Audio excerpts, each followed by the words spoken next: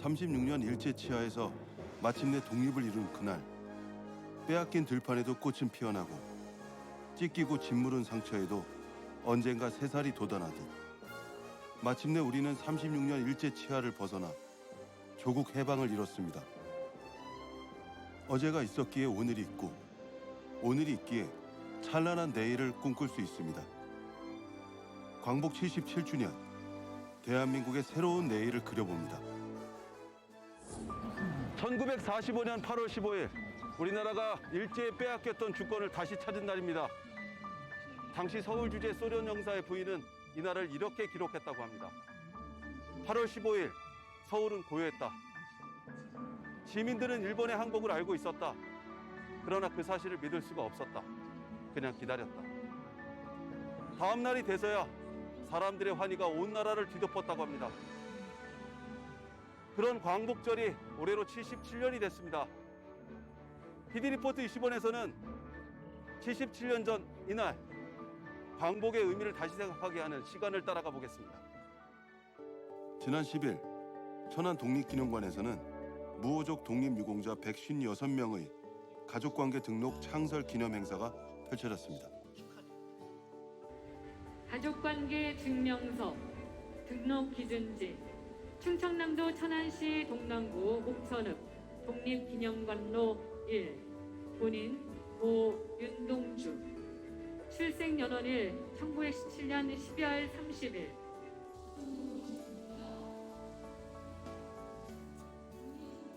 독립유공자 가족관계 등록부 창설은 조국 독립을 위해 희생과 헌신의 삶을 사셨던 분들을 국가가 끝까지 책임지는 인류 보훈의 상징적인 조치인데요. 2009년 독립유공자 예우에 관한 법률 개정 후 직계 후손이 있는 경우에 한해 후손의 신청을 받아 정부가 가족관계 등록부 창설을 지원한 적은 있지만 직계 후손이 없는 무호족 독립유공자의 가족관계 등록부를 창설한 것은 이번이 처음인데요. 조국 독립을 위해 기꺼이 목숨을 바치고도 광복 이전의 사망에 대한민국의 공적 서류를 갖지 못한 수많은 무적의 독립 영웅들. 그중 민초들의 저항의식 고취에 앞장선 대표적인 민족 시인 윤동주를 비롯해 봉오동 전투와 청산리 대첩을 승리로 이끈 홍범도 장군도 포함되어 있습니다. 법률적인 걸 떠나서 우리 국민들 하면은 국적이 있는 것이고 또 내 가족이다 하면은 그 호적이 있는 거지 않습니까? 근데 지금은 이제 그것이 가족관계부로 명칭이 바뀌었습니다. 그러니까 내가 대한민국 국민이라는 거를 공식적으로 증명하는 공적 서류가 있어야 되는데 이게 여러 가지 사정으로 없다 보니까 어떤 문제가 생기냐면은 지금 중국에서 윤동주 시인이나 송몽규 지사 같은 분은 중국 사람이다. 이런 말도 안 되는 주장을 하고 실제 지금 그 용정의 그 묘역에 입구에 조선족 중국인 윤동주의 묘 이렇게 써놨어요. 이번 조치는 저는 중국의 그런 말도 안 되는 억지 주장에 아주 경종을 울리는 조치라고 생각을 합니다.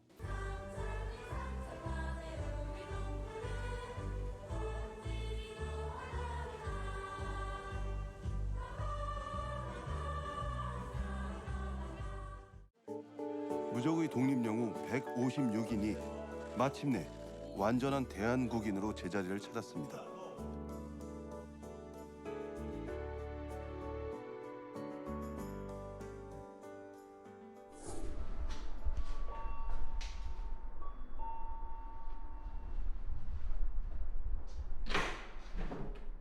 선생님 안녕하세요. 저희 KTV에서 나온 이학기라고 합니다. 아, 그러세요? 네. 어서 오세요. 네.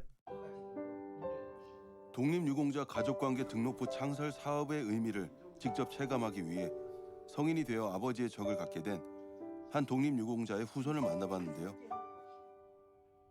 지금 요 흑백 사진은 되게 낯익어요. 저희 같은 사람들도 많이 봤던 사진 같은데 이게 어떤 사진입니까?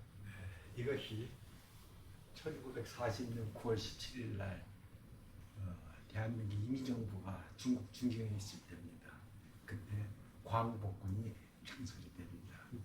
광복군 총사령부 기념 사진인데 앞줄 가운데 계시는 분이 임정부 주석자 영어로서 김구 선생님께서 계시고 오른쪽에 군복 입으신 분이 광복군 총사령관 지청천 장군입니다. 여기 보시고 네, 그쪽 왼쪽에 보면은 같은 검은 중국 옷을 입고 계시는 분이 계시는데 이분이 지 선진 동암 차리석 선생이시고 일제강점기 독립신문사 기자이자 대한민국 임시정부 국무위원회 비서장을 역임한 동암 차리석 선생이 바로 차용조 어르신의 선친입니다. 1904년에 충실학교 1회 졸업생으로서 3시야 충실학교. 거기에 1회 졸업생에서 신식 공부를 했는데 30살 때 백오인 사건에 연루돼 갖고 3년 동안 8년 언도받고 고문당하는 이런 시련을 겪으시고도 1919년에 임정부를 또 찾아가셔갖고 거기서 돌아가실 정도까지 독립운동을 평생을 하셨다고. 그러면 3년 동안 고문당하고 8년 언도받을 정도면은 얼마나 힘들었겠어. 정신적으로 조국과 민족을 위해서 희생하겠다는 게 있으니까 저렇게 평생을 독립운동하셨지. 광활한 만주벌판, 차디찬 삭풍의 땅에서 빼앗긴 나라를 되찾고자 청춘을 바친 독립영웅. 그러나 차리석 선생은 끝내 해방된 조국의 땅을 밟지 못한 채 1945년 9월 9일 임정 중경청사에서 과로사로 순국했습니다. 제가 태어난 곳이 이곳입니다. 그래서 항상 아버지를 보는데 아버지를 여의고 1년여 차용조 어르신은 어머니의 등에 업혀 비로소 귀국선에 오를 수 있었는데요. 타향살이의 서름은 사라졌지만 여전히 고단한 삶. 아버지의 목숨과 맞바꾼 조국에서의 생활은 그리 녹록하지 않았습니다. 1945년에 광복되고 가족들 46년에 귀국선을 타고 이제 서울로 오는데 그때는 아무것도 우리가 근거가 없이 그냥 지금 그때는 뭐 주민 등록 제도도 없을 때고 다만 그 호적만 있을 때인데 우리는 중국에 있다가 왔으니까 호적도 없을 수밖에. 다만 62년도에 서울에 와가지고 주변 사람들 그래도 차리석 선생의 아들이라는 걸 증명하려면은 가오족을 만들어야 된다 해서 그때 62년도에 가오족을 만들면서 아버지 차리석, 어머니 홍매영, 아들 차영조에서 호족을 만드는 거죠. 독립유공자 직계가족 신분을 인정받기까지 아버지의 희생이 영원히 역사에 묻혀버릴 줄 알았습니다. 그때마다 차용조 어르신이 버틸 수 있었던 이유, 내 아버지는 대한민국 독립운동가 동암 차리석 선생이라는 자부심이었습니다. 저 위에 독립운동 선열에 영원히 계시다면 생전에 독립운동 하실 때는 태극기 한번 제대로 흔들어보지 못하셨는데 이제라도 못난 후손들이 개항하는 태극기를 보시면서 위로를 받으시라고 하는 마음에 차용조 어르신은 수많은 애국 선열들이 잊히지 않도록 독립정신 계승 활동을 이어가고 있습니다. 잊혀간 이름 또 다른 애국 선열들. 120년 전 한국 최초의 이민사를 기록하며 하와이로 향하는 갤리코에 오른 121명의 한인도 있습니다. 미지의 땅에서 달콤한 희망을 품고 태평양을 건넜건만 그들 앞에 놓인 현실은 참혹하기만 했습니다. 사탕수수밭에서 하루 10시간 중노동을 하고 받은 대가는 한 달에 고작 10여 달러. 그러나 그들은 그 피땀 어린 돈을 상해 임시정부와 안중근 의사 변호 비용으로 선뜻 내주고 태극기를 제작해 이영만리 타국에서 조국 독립을 외쳤습니다. 우리 국민들은 하와이 하면은 뭐 여름에 뭐 와이키키 비치 휴양 가는 거로 생각하시는 분들도 많이 계시지만 120년 전부터 하와이는 우리 독립운동의 총본산이었습니다. 2023년 1월 달이 우리 한인이 하와이에 간 120주년입니다. 그래서 여러 가지로 좀 의미 있는 그런 행사를 해서 120년 전부터 울려 퍼졌던 우리 독립운동의 정신을 다시 한번 되새기는 그런 뜻깊은 그런 자리를 마련할까 합니다.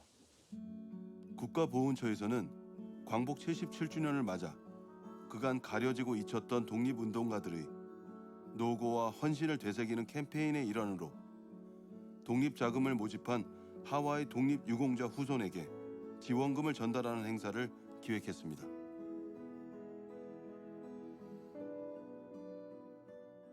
이번에 민간이랑 같이 협업을 해서 해보다 보니 사람들이 훨씬 더 관심도 가져주고 흥미도 가져주는 또 좋은 콘텐츠를 만들 수 있었던 기회가 있었던 것 같습니다. 젊은 세대들이 관심을 가지고 또 재미도 좀 느낄 수 있는 그런 이제 게임 콘텐츠로서 접근한다는 측면에서 의의가 있을 것 같고 또 나아가서는 그런 걸 한번 하면서 또 독립유공자들에 대한 기억이나 그분들에 대한 감사의 마음을 한번 가질 수 있다면 그걸로도 아마 이 사업이 큰 의미가 있지 않을까 생각을 합니다. 이에 제작진도 보훈 문화 확산을 위해 캠페인에 직접 참여해 보기로 했습니다.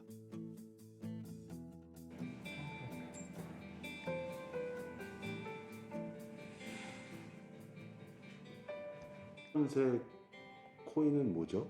한인 교회에서 서로 뭉쳐서 여러 가지 활동들을 해서 코인을 점점 모아가는 과정을 게임에 간략하게 담았고요. 계속 달리다 보면 상하이 임시정부의 캐릭터가 도착을 하게 됩니다. 그래서 이제까지 모은 코인이나 이런 것들을 임시정부에 전달을 하면서 게임이 간단하게 끝이 나게 돼요. 실제로 그 하와이에 이주하셨던 분들이 독립자금 모아서 임시정부에 전달했다는 그 스토리를 그대로 다 담으셨네요. 네, 스토리가 그대로 담겨 있는데 대신 자세하게는 못 담았지만 최대한 살리려고 노력을 했고 이제 게임에 참여한 분들이 태극기를 들고 있는 캐릭터를 커스텀해서 제작을 할 수가 있고요. 이 게임이 끝나게 되면 나는 독립운동을 도운 땡땡땡입니다 라는 식으로 커스텀 캐릭터가 나오고 이 이미지를 저장해서 인스타에 친구들한테 공유할 수가 있어요. 국내 굴지의 디지털 통신 기업에서는 지난 2020년부터 매년 광복절마다 당연하지 않은 일상이라는 이름으로 여성 독립운동가 구인, 제주해녀 항쟁 등 국가보훈 캠페인을 진행해 왔는데요. 올해는 특별히 국가보훈처와 협약해 MZ세대도 즐길 수 있는 게이미피케이션형 모바일 게임을 출시했습니다. 독립운동가들이 고난을 헤쳐나간 이야기를 단순하게 텍스트로 전달하는 게 아니라 젊은 세대들이 게임 형식으로라도 조금이라도 한 번쯤 경험해보는, 간접적으로 경험해보는 기회를 가졌으면 좋겠다고 생각을 해서 그렇게 기획을 하게 되었고요. 저희가 지금 누리고 있는 일상이 있기까지 많은 분들의 희생과 헌신이 있었다는 점을 고객들과 함께 되새기기 위해서 이러한 캠페인을 진행하고 있습니다. 기억해야 할 광복의 역사는 사람뿐 아니라 공간도 품고 있습니다. 대한민국의 대표적 상징 공간인 이곳 광화문거리. 1910년 일본의 한국 강제 병합 이후 이곳 세종로 사거리에서 태평로로 연결되는 길에 식민지 통치기관이 집결되면서 한때 식민 권력의 상징과도 같은 거리가 됐었는데요. 1년 9개월 만에 재구조화 사업을 마치고 재개장했습니다. 과거와 현재, 미래를 연결하는 새로운 시대의 공간이 될 수 있을지 확인해 보겠습니다. 오늘날 광화문 거리는 경복궁 남쪽에 위치한 정문에서 세종로 사거리에 이르는 넓은 길과 주변 일대를 가리킵니다. 조선시대에는 국정기관이 도열해 있는 중심대로였는데요. 거리 양편에 의정부를 비롯해 이조, 호조, 예조, 병조, 형조, 공조 등 국가 주요 기관들이 자리하고 있어 이른바 육조거리라 불렸습니다. 육조거리가 오늘날과 같은 이름을 갖게 된 건 1910년 경술국치의 아픔 이후 경성지구 개정 사업이 시행되면서부터입니다. 일제는 조선을 제국주의 식민 통치의 전략지로 삼기 위해 경복궁 내 조선 총독부 청사를 세우고 광화문을 해체해 경복궁 동문 북쪽으로 강제 이전시켰는데요. 당시 이 거리를 광화문통이라 불렀습니다.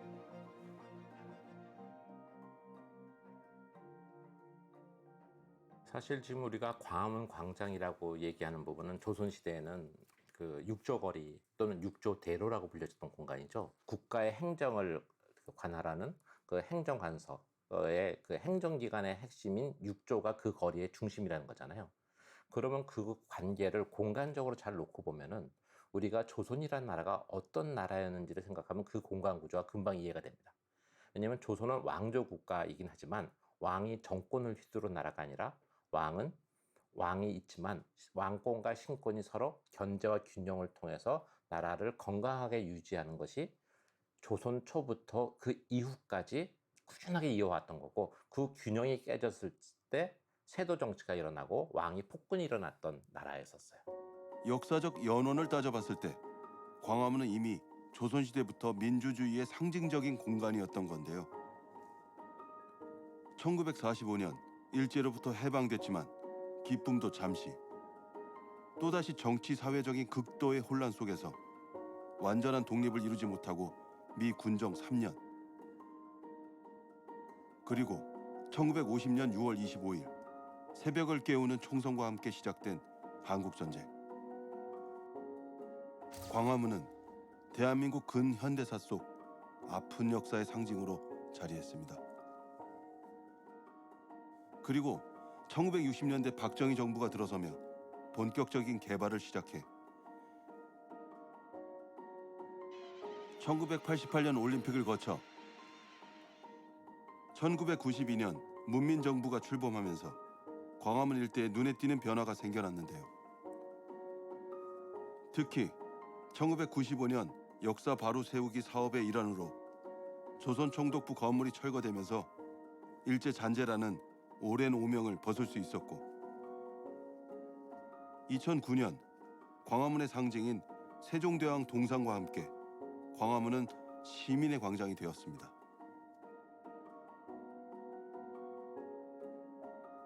그리고 지금 재구조와 공사에 들어간 지 1년 9개월 만에 광화문은 진정한 시민의 휴식 공간으로 거듭나게 됐는데요.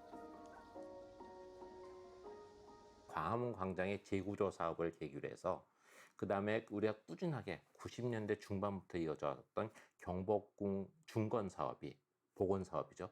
경복궁의 전체 큰 틀의 가장 핵심적인 것 중에 하나는 고종 때 경복궁을 중간하면서 만들었었던 경무대 공간이거든요. 근데 그 경무대 공간이 일제강점기 때는 조선 총독이, 해방 이후에는 대통령들이 그것을 차지하고 있으면서 사실은 이 경복궁의 전체 큰 그림이 완성되지 않았었거든요. 그런데 이제 나라가 점차적으로 안정화되면서는 사실은 우리가 민주주의 정치 체제를 구축했다라고 하면은 사실은 그 현재 총독 관저가 있던 그 자리에 대통령 집무 공간이 들어가기에 적합한가라는 부분에 대해서 한 번쯤 생각을 해봐야 되는 거죠. 근데 이번에 그 경무대가, 청와대가 용산으로 이전하면서 경무대가 제대로 역사적으로는 자신의 위치를 찾을 수 있는 기회가 왔죠. 그러니까 경무대도 제 위치를 찾을 수 있고, 그다음에 미완의 그 상태였었던 광화문 앞에 월대도 제 위치를 찾을 수 있다고 보면은 사실은 광화문 광장의 재구조 사업의 완성과 함께 경복궁도 전체 큰 그림이 제대로 된 모습을 갖출 수 있다라는 점에서 굉장히 중요한 의미가 있다고 생각합니다. 재개장한 광화문 광장의 면적은 전보다 2배 이상 넓어졌습니다. 전체 면적 중 4분의 1은 우리 고유 수종 위주의 나무와 꽃으로 채워졌고,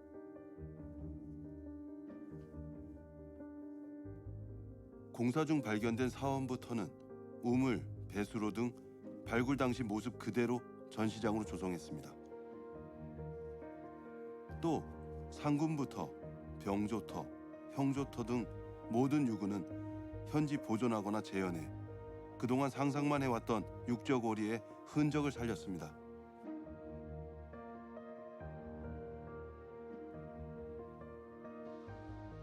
세종로 공원 앞에는 212m 길이의 역사 물길을 조성해 1932년 조선 건국부터 2022년 현재까지 우리의 역사를 연도별로 새겨놓기도 했는데요.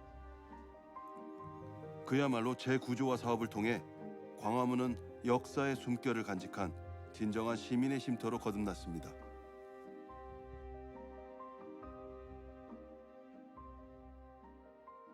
집에만 있어가지고 좀 답답했는데 이렇게 한번 나오고 뭐 광화문도 구경하니까 이제 좋고. 재탈바꿈하게 된 강화문 광장이 서울 시민들의 쉼터이자 휴식 공간으로 이제 앞으로 이제 즐거움을 많이 선사하리라고 생각이 돼서 너무 뜻깊고 기쁘게 생각하고 있습니다.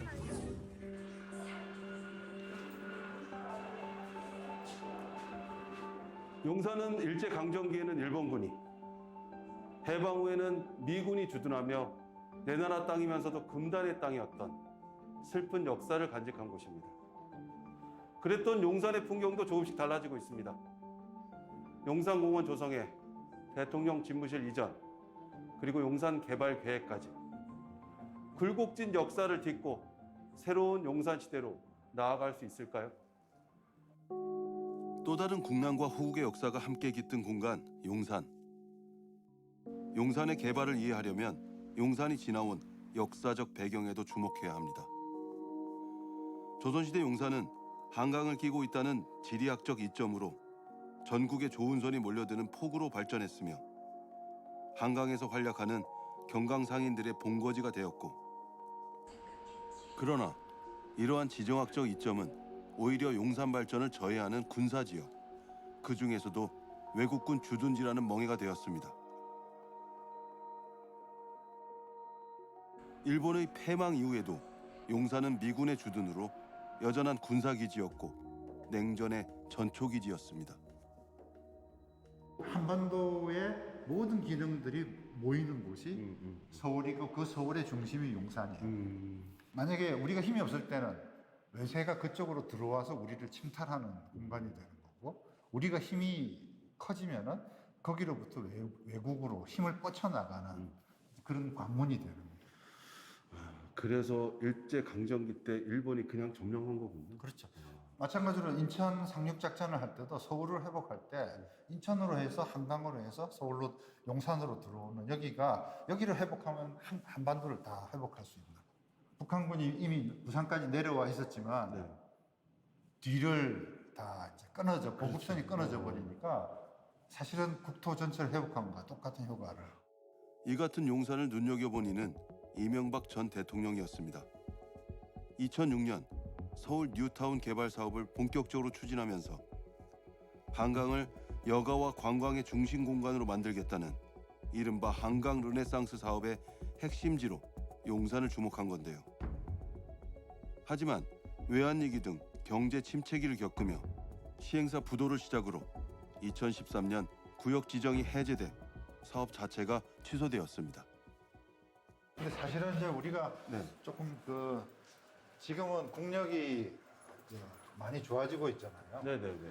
거꾸로 이제 이 용산이 가지고 있는 그 입지적 특성이 이제는 우리의 힘이 세계로 나아가는 게이트웨이가 될 수 있는 또 장점을 가지고 있다고 볼 수 있어요. 그래서 여기가 국제 업무지구로 개발을 하려고 하는 이유 중에 하나도 또 미래의 이제 UAM이라든지 새로운 교통수단, 또 여기가 이제 복합 환승센터라고 해서 나중에 이제 시베리아 횡단열차라든지 또 차이나 횡단열차라든지 이런 기점으로서의 용산역이 가지고 있는 장점이 그런 물길과 또 철길과 육지길과 하늘길이 다 만나는 서울의 정말 핵심적인 코어 역할을 하는 곳이라는 게, 군사용 요충지였을 때는 우리가 힘이 없었을 때는 외세가 거기를 차지한 거였지만 우리가 힘이 있을 때는 세계로 나가는 기반이 되는, 그래서 미래의 복합 환승센터 국제 업무지구로서의 정말 적지라고 할 수 있습니다. 최근 국토교통부는 대통령 업무보고를 통해 용산시대를 열겠다는 포부를 밝혔습니다. 용산공원의 개방 면적을 확대해 9월 중 임시 개방을 추진하고 용산 일대를 글로벌 비즈니스의 허브, 역사, 문화, 소통의 공간으로 조성하겠다는 건데요. 이는 서울시의 국제업무지구 개발 구상과 궤를 같이 하는 것으로 일대 개발 가이드라인을 시작으로 용산 개발이 본격화될 전망입니다.